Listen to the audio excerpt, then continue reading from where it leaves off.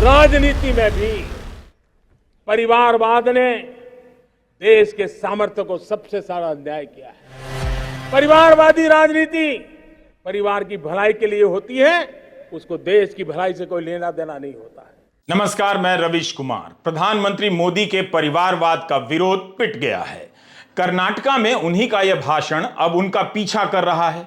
केवल उन्हीं का नहीं, अदानी का भी एक जवाब फाइनेंशियल टाइम्स से पिट गया है।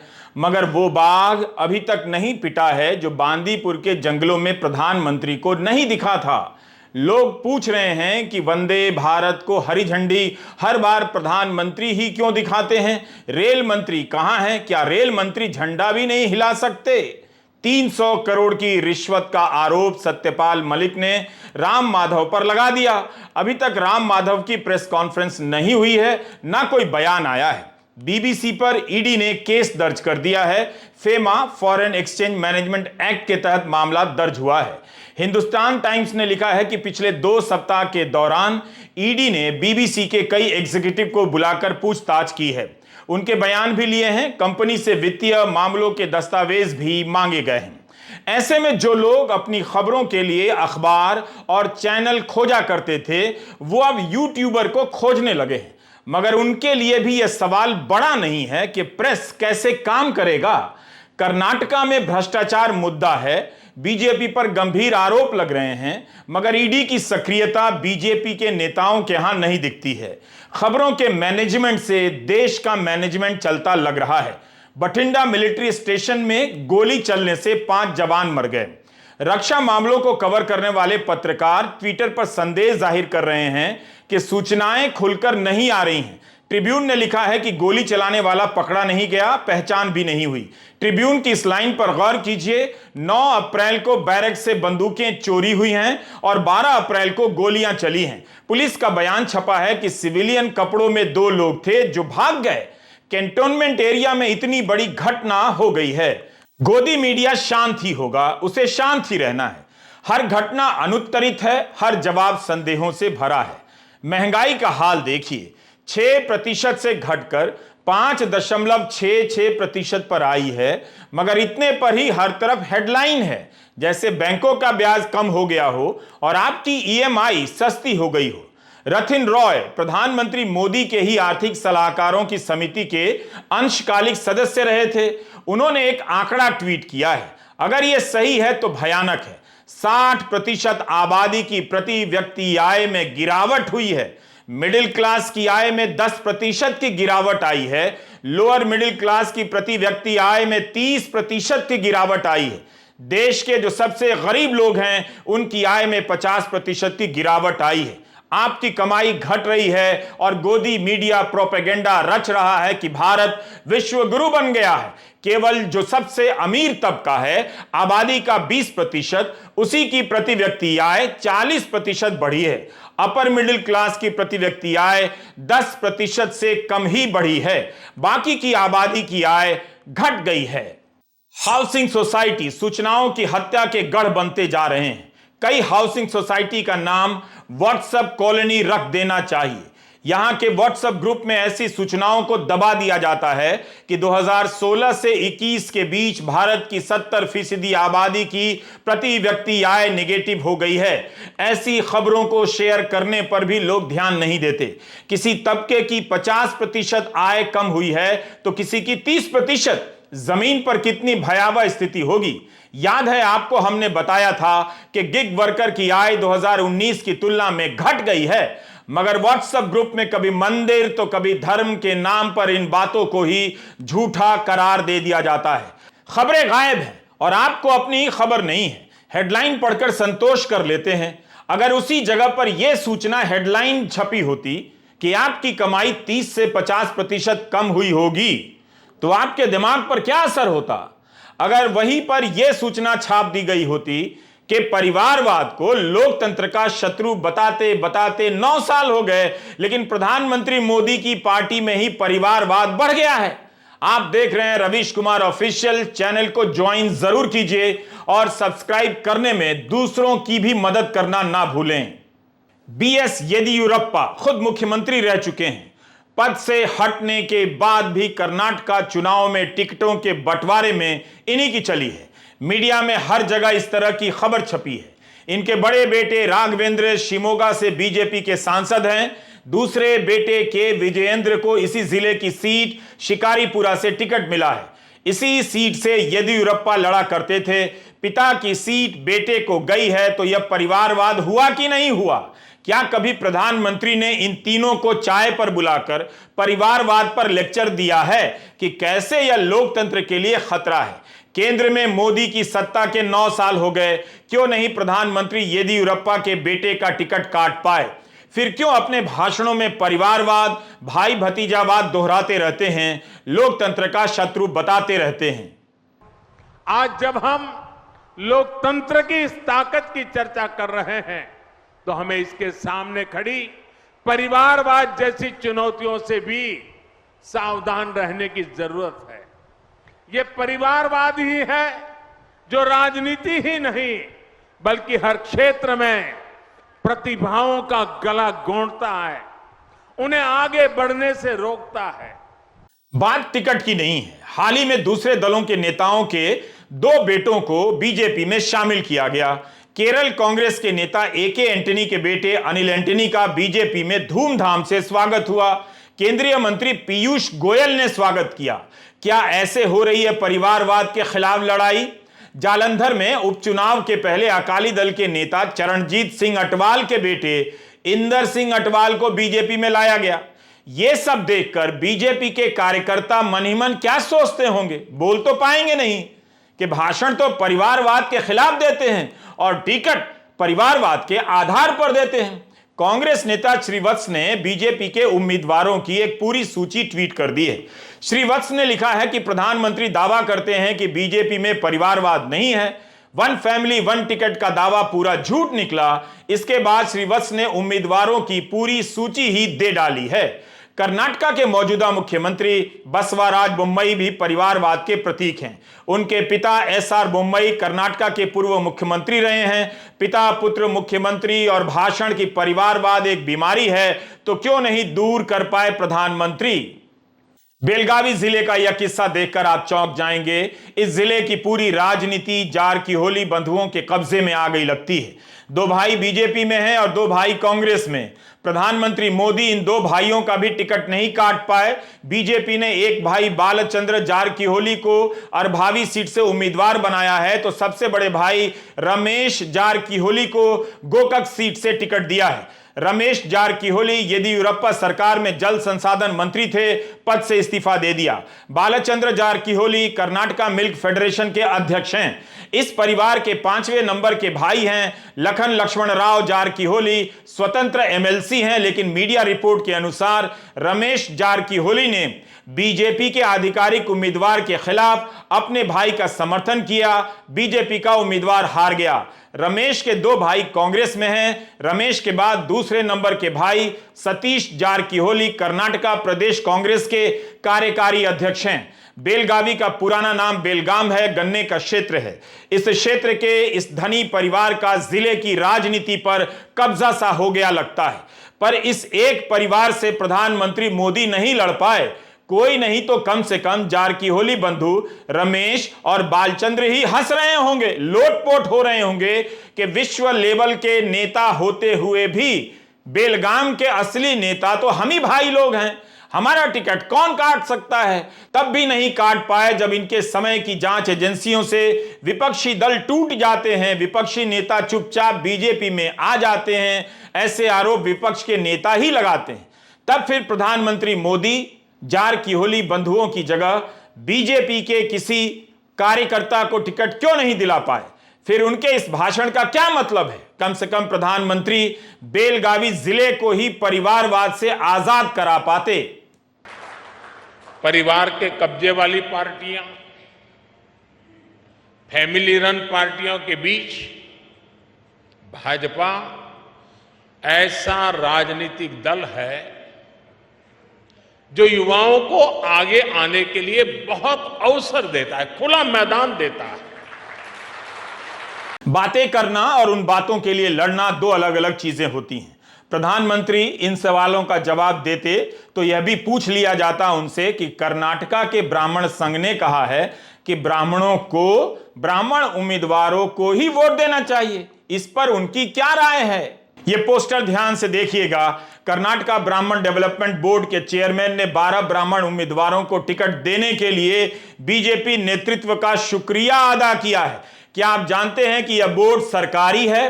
फिर यह लेक्चर नेताओं से आप कैसे सुन लेते हैं कि उनका जात पात में यकीन नहीं है। सोशल मीडिया में एक और पोस्टर घूम रहा है। अखिल कर्नाटका ब्राह्मण महासभा बीजेपी और कांग्रेस के ब्राह्मण उम्मीदवारों को बधाई दे रहा है। यह सब चल क्या रहा है? क्या मोहन भागवत इस संगठन का विरोध कर सकते हैं कि हमें इस तरह से वोट नहीं चाहिए? क्या प्रधानमंत्री मोदी इस पर कोई लेक्चर दे सकते हैं? मीडिया में खबर है कि जाति के आधार पर वोट देने की अपील की गई है। हम इसकी पुष्टि नहीं कर सकते, लेकिन अगर ऐसा है तो इसे रोका जाना चाहिए, कानूनी कार्रवाई होनी चाहिए। केवल अपनी जाति के उम्मीदवारों को वोट देने की अपील आप कैसे कर सकते हैं? क्या भाजपा के साथ साथ कांग्रेस और जेडीएस को इसका विरोध नहीं करना चाहिए? ब्राह्मण संघ ने यह भी कहा है कि जाति पहले है और पार्टी बाद में। ऐसा पत्रकार ट्वीट कर रहे हैं। सारी आदर्शवादी बातें इस चुनाव में एक्सपोज हो गई हैं। हम बात परिवारवाद की कर रहे हैं। प्रधानमंत्री मोदी का परिवारवाद, उसका विरोध पिट गया है। अब जल्दी ही आप प्रधानमंत्री मोदी को परिवारवाद के इन चेहरों के लिए वोट मांगते हुए देखने जा रहे हैं। तेजस्वी सूर्या बीजेपी के सांसद हैं। इनके चाचा को दूसरी बार टिकट मिला है।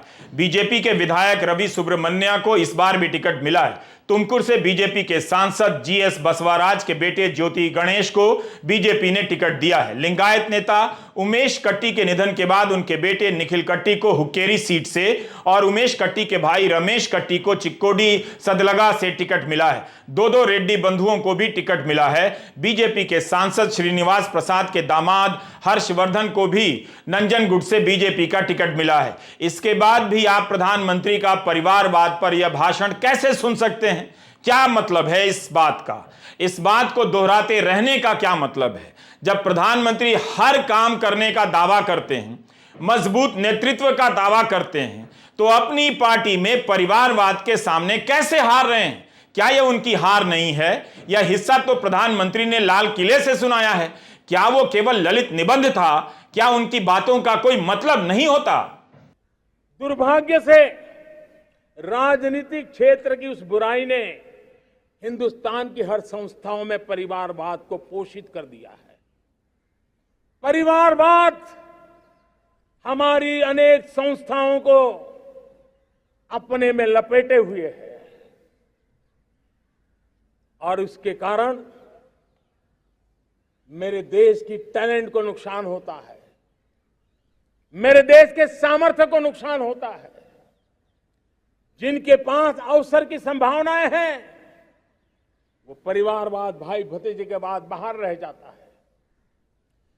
भ्रष्टाचार का भी कारण ये भी एक बन जाता है ताकि उसका कोई भाई भतीजे के कार्य आसरा नहीं है तो लगता है चलो भाई कहीं से खरीद करके के जगह बना लूं। विजयनगर से सिद्धार्थ सिंह को भाजपा ने टिकट दिया है। उनके पिता आनंद सिंह पर्यटन और पर्यावरण मंत्री हैं। इन पर भ्रष्टाचार के काफी आरोप हैं। 2013 में सीबीआई की एंटी करप्शन ब्यूरो ने लोहे के अवैध खनन के केस में गिरफ्तार भी किया था। यह जांच अभी चल रही है। इस बार पिता की जगह विजयनगर से पुत्र को टिकट दिया गया है। कर्नाटका चुनावों के लिए भाजपा के उम्मीदवारों की सूची बता रही है कि परिवारवाद का परचम लहरा रहा है। जब प्रधानमंत्री यह कहते हैं कि वे वोट के लिए राजनीति नहीं करते, तब यह जोखिम क्यों नहीं उठा पाए कि परिवारों के चंगुल से अपनी पार्टी को निकालकर कार्यकर्ताओं के हाथ में टिकट सौंप दें? प्रधानमंत्री कम से कम सतीश आचार्य का बनाया हुआ यह कार्टून ही देख लें।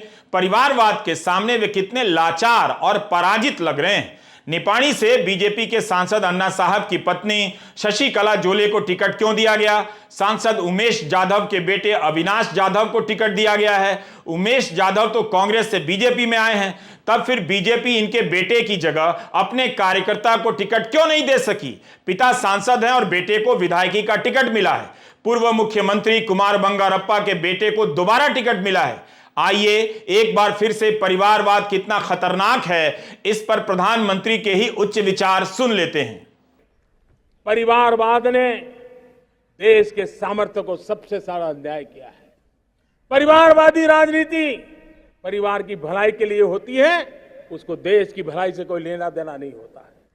और इसलिए लाल किले की प्राचीर से तिरंगे झंडे के आन बान शान के नीचे भारत के संविधान का स्मरण करते हुए मैं देशवासियों को खुले मन से कहना चाहता हूं, आइए हिंदुस्तान के राजनीति के शुद्धिकरण के लिए भी, हिंदुस्तान की सभी संस्थाओं के शुद्धिकरण के लिए भी हमें देश को इस परिवारवादी मानसिकता से मुक्ति दिला करके योग्यता के आधार पर देश को आगे ले जाने की ओर बढ़ना होगा।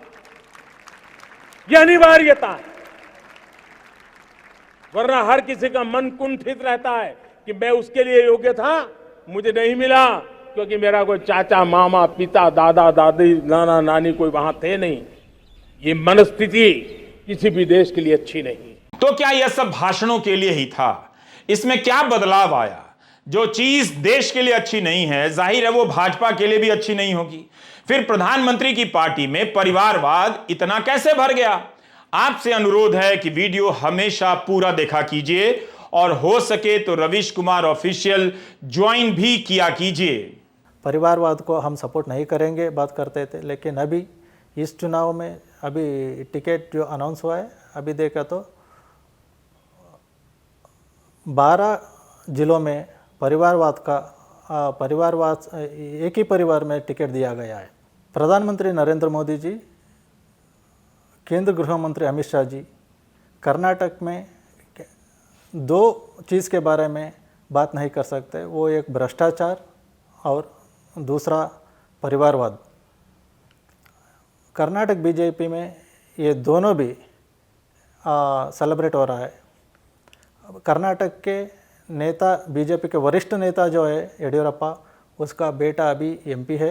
कांग्रेस का आरोप है कि भाजपा ने 30 से ज्यादा ऐसे उम्मीदवारों को टिकट दिए हैं जो किसी का समधी है, ससुर है, पिता है, पति है, भाई है, भतीजा है, बेटा है, बेटी है, दामाद है। गजबी भाई भतीजावाद से लेकर परिवारवाद का मेला लगा हुआ है। कहीं कोई सवाल नहीं है प्रधानमंत्री नरेंद्र मोदी से, गोदी मीडिया खामोश है। Today we had come out with a very big expose, and I will say the Bharatiya Janata Party will not have any answer to this.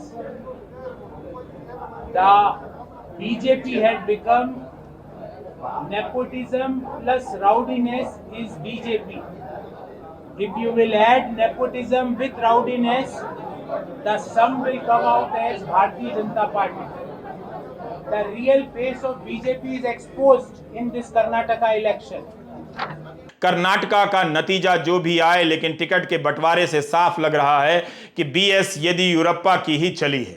उन्हें किनारे लगाने के लिए दिल्ली की शह पर कर्नाटका में कई नेता आगे किए गए, मगर 80 साल की उम्र में येदियुरप्पा ने दिखा दिया कि राज्य में नेता वही हैं। कर्नाटका में बीजेपी भ्रष्टाचार के आरोपों से घिरी हुई है। बीजेपी के 4 विधायक और विधान पार्षदों ने पार्टी छोड़ दी है और के भी इस्तीफे की चर्चा चल रही है।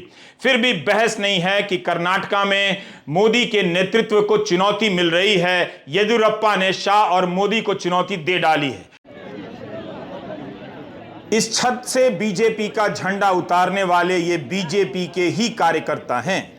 ये बीजेपी के नेता हुडी विजय कुमार का घर है, जिसका नाम उन्होंने मोदी निवास रखा था। जब टिकट नहीं मिला तो उन्होंने मोदी का पोस्टर फाड़कर फेंकवा दिया। मेलूर के हुडी विजय कुमार टिकट के दावेदार थे। अब नहीं मिला है तो स्वतंत्र रूप से लड़ने का ऐलान कर दिया है। मोदी राज में इस बगावत को गोदी मीडिया क्या इस तरह दिखाएगा कि मोदी कमजोर हो रहे हैं? अगर येडियुरप्पा अभी 7-10 दिन के लिए साइलेंट होकर घर में बैठ गए तो कर्नाटक में बीजेपी 50 सीट जीतना भी बहुत मुश्किल होगा। पहले उनका मानना था कि बिना येडियुरप्पा के हम जीत लेंगे कर्नाटक में, ऐसे सोचते थे, लेकिन वो नहीं हो पाया। 1 महीने के अंदर मोदी जी ने, अमित शाह जी येडियुरप्पा के घर को आना पड़ा कांग्रेस का एक विधायक टूटता है तो हंगामा मचता है, मगर कर्नाटका में बीजेपी के भीतर बगावत क्यों है, इस पर चर्चा नहीं होती कि किसका नेतृत्व भरभरा रहा है। उधर 12 अप्रैल के वीडियो में अदानी समूह का बयान काफी धूमधाम से हमने पढ़ दिया, चला दिया, तब भी जबकि हिंदी की प्रेस रिलीज की हिंदी सरल नहीं थी, खराब ही थी। अब फाइनेंशियल टाइम्स का जवाब आया है। कोलकाता से छपने वाले अखबार टेलीग्राफ में खबर छपी है। लंदन से अमित रॉय ने यह खबर फाइल की है। अखबार के प्रवक्ता ने कहा है कि हमारा आर्टिकल बिल्कुल सही है और हम उसके साथ खड़े हैं। अदानी ने मांग की थी कि रिपोर्ट गलत है, वेबसाइट से हटा ली जाए, मगर टेलीग्राफ ने छापा है कि फाइनेंशियल टाइम्स ने गलत मानने से इनकार कर दिया है। वैसे फाइनेंशियल टाइम्स के ट्विटर हैंडल पर हमें उनका जवाब नहीं मिला है। हमने इसी वीडियो के शुरू में बताया कि एक ग्राफ वायरल हो रहा है जिसमें बताया जा रहा है कि भारत की 70% आबादी की कमाई घट गई है।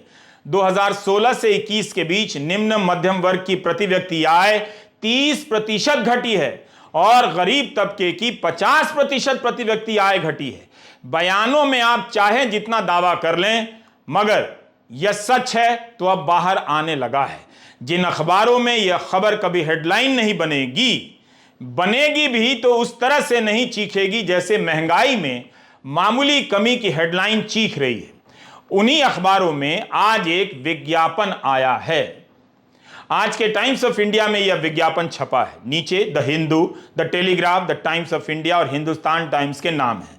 इसमें लिखा है कि केवल 1% भारतीय के पास भारत की कुल आमदनी का 22% हिस्सा पहुंचता है। हवाई जहाज में जो लोग उड़ते हैं उसका 45% हिस्सा इसी 1% से आता है। 8% भारतीयोयों के घर में अपनी कार है। यूपीआई के जरिए पैसे की लेन देन का 44% हिस्सा केवल 6.5% ग्राहकों का होता है, यानी ये तो बहुत कम है। 7.4% शहरी भारतीय ही अंग्रेजी अखबार पढ़ते हैं। यह संख्या तो और भी भयानक है। यह हमारी अमीरी की पोल खोल देती है और गरीबी की भी। 4 अखबारों का यह सम्मिलित विज्ञापन क्या इस ग्राफ की पुष्टि नहीं कर रहा है कि गरीब लोगों की कमाई 50% कम हो गई होगी, लोअर मिडिल क्लास की कमाई 30% घट गई होगी, जो ऊपर की आबादी है उसके 20% हिस्से की प्रति व्यक्ति आय 40% बढ़ी है। इसी छोटे से प्रतिशत को लुभाने के लिए यह विज्ञापन निकाला गया होगा। पता चलता है कि मिडिल क्लास का मिडिल स्टंप उखड़ चुका है। अगर धर्म की राजनीति के नाम पर जुनून ना पैदा किया जाए तो इस मिडिल क्लास का अपना राजनीतिक चेहरा हल्की सी हवा के झोंके से बेपर्दा हो जाएगा। मिडिल क्लास की नियति अब पटरी से उतर चुकी है।